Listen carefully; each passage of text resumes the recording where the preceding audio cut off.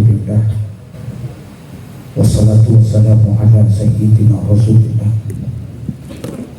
Sayyidina wa maulana Muhammad ibn Abdillah wa ala alihi wa ashabihi wa man tabi'ahu wa nama ba'du. Para ulama, para habaib, para kiai, para asatidz yang begitu banyak hadir di tengah-tengah kita. Kita doakan guru-guru kita panjang umur, sehat walafiat, keluarga besar almarhum Ustadzuna almarhum Kiai Haji Ahmad Sofadillahi yang sangat saya hormati. Wafatnya tuan guru kita adalah merupakan satu tanda bukti bahwa hidup di alam dunia ini tidak ada yang abadi. Setiap yang punya awal pasti punya akhir.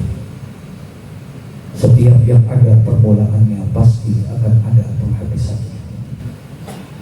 Cepat ataupun lambat, kita pun juga akan merasakan hal yang sama. Malam ini kita bertakliah kepada tuan guru kita. Telah dipanggilnya guru muda kita, Kiai Haji Ahmad Sofadillahi. Hanya orang-orang yang munafik yang tidak merasa bersedih ketika seorang ulama meninggal dunia. Man lam yahzan bi mautil alim fahuwa munafik, fahuwa munafik, fahuwa munafik. Bukan hanya kita yang sedih ditinggalkan tuan guru kita, bahkan Rasulullah memberikan isyarat apabila mati seorang alim, bahkan alaihi ahlus sama wal ard sab'ina yawman. Ketika ada seorang ulama meninggal dunia, maka menangislah itu ahlus sama. Para malaikat pun ikut bersedih dengan wafatnya orang ulama. Namun kita tidak bisa menghindari hal ini. Ini adalah sunnatullah. Kalau beliau, saya yakin siyakinan ini, insya Allah beliau husnul khatimah. Amin.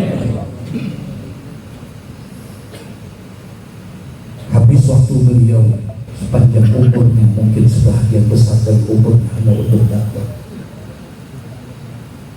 Dihabiskan waktunya hanya untuk umat. Beliau mengikuti jejak daripada tuan gurunya Fadilatul Ustaz Muallim Sadihaya. Dari waktu ke waktu hanya untuk dakwah, dakwah, dan dakwah. Bahkan di akhir hayatnya pun beliau tidak lepas daripada untuk umat. Saya teringat daripada perkataan tuan guru Muallim Sadihaya. Ketika beliau dalam keadaan sakit, saya pernah datang ke rumahnya. Waktu itu pada sholatul asar, setelah sholat asar saya datang. Saya langsung masuk ke dalam kamar beliau. Kemudian saya pijit-pijit kaki beliau. Di antara sekian banyak yang kami bicarakan, ada satu pertanyaan yang saya pertanyakan kepada Muallim Sadihaya. Saya bilang kepada beliau,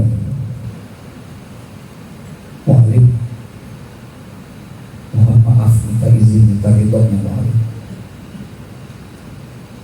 Dalam menjalani hidup dan kehidupan di alam dunia ini, apa yang Muallim takutkan? Apa yang Muallim khawatirkan? Kemudian beliau balik bertanya, kata Muallim, kenapa ente nanya itu Lutfi? Mohon izin Muallim, minta ridhonya. Saya hanya bertanya, apa yang Muallim takutkan dalam hidup ini? Kalau beliau jawab, nggak ada yang anak takutkan dalam hidup ini, nggak ada yang anak khawatirkan dalam hidup ini. Hanya satu yang anda takutkan, kata Muallim. Anda takut mati dalam keadaan su'ul khatimah. Itu yang ditakutkan oleh seorang ulama besar, Mu'allim Safiyullah. Beliau takut mati dalam keadaan su'ul khatimah. Orang yang sudah begitu luar biasa, yang habis waktunya untuk dakwah, yang habis waktunya hanya untuk umat. Bahkan beliau pernah mewakafkan dirinya untuk Islam. Masih takut kepada su'ul khatimah. Kemudian beliau pesan, perbanyak minta kepada Allah. Ya Allah biha, Ya Allah biha, Ya Allah bihusnil. Itu yang diperintahkan saya.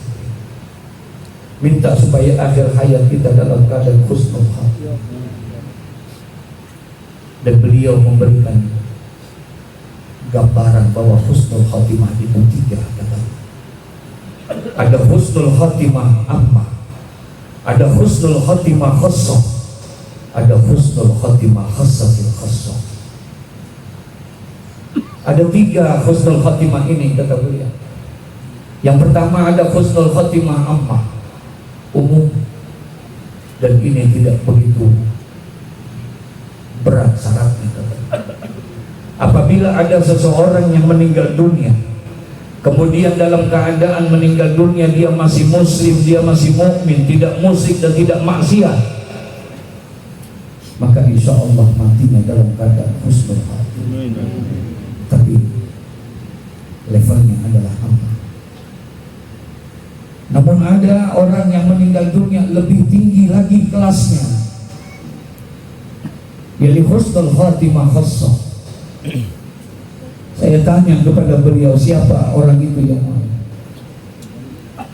Orang-orang yang meninggal dunia, yang di dalam keadaan meninggal dunianya bukan hanya dalam keadaan muslim mukmin, bukan hanya tidak berbuat maksiat dan bukan dalam keadaan tidak muslim, tapi meninggal dunianya dalam keadaan beribadah kepada Allah.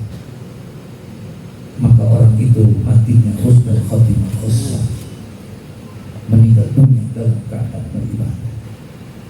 Karena saya dapat kabar tuan guru kita meninggal dunia terus setelah beribadah di waktu malam. Mudah-mudahan beliau husnul khatimah. Amin. Khassah, satu makom yang sangat luar biasa. Tidak mudah untuk bisa mengakhiri hidup kita dalam keadaan seperti ini.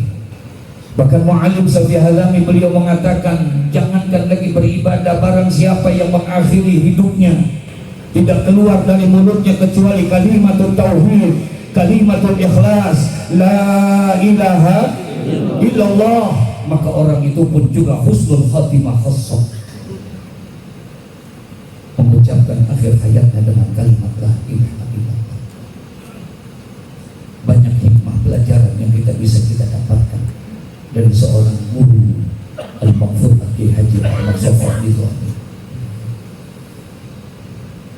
Keistiqomahan beliau dalam ilmu, keistiqomahan beliau di dalam belajar, keistiqomahan beliau di dalam mengajarkan ilmu dan berdakwah, tutur katanya, tingkah lakunya, Masya Allah, tidak bisa lagi kita bayangkan bagaimana betapa mulia akhlak beliau.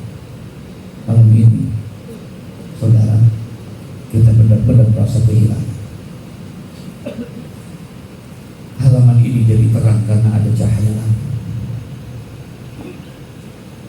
Dengan lampu ini kita bisa lihat orang-orang yang ada di sekitar kita. Kita butuh lampu, kita butuh cahaya, tapi bukan lampu ini, bukan cahaya ini. Lampu ini hanya lampu dunia. Dia hanya bisa menerangi rumah kita. Lampu ini hanya bisa menerangi halaman kita. Tapi demi Allah, lampu ini tidak bisa menuntut kita untuk dekat kepada Allah dan cinta kepada Rasulullah. Kita butuh cahaya yang benar-benar bisa menuntun kita dekat kepada Allah, yang bisa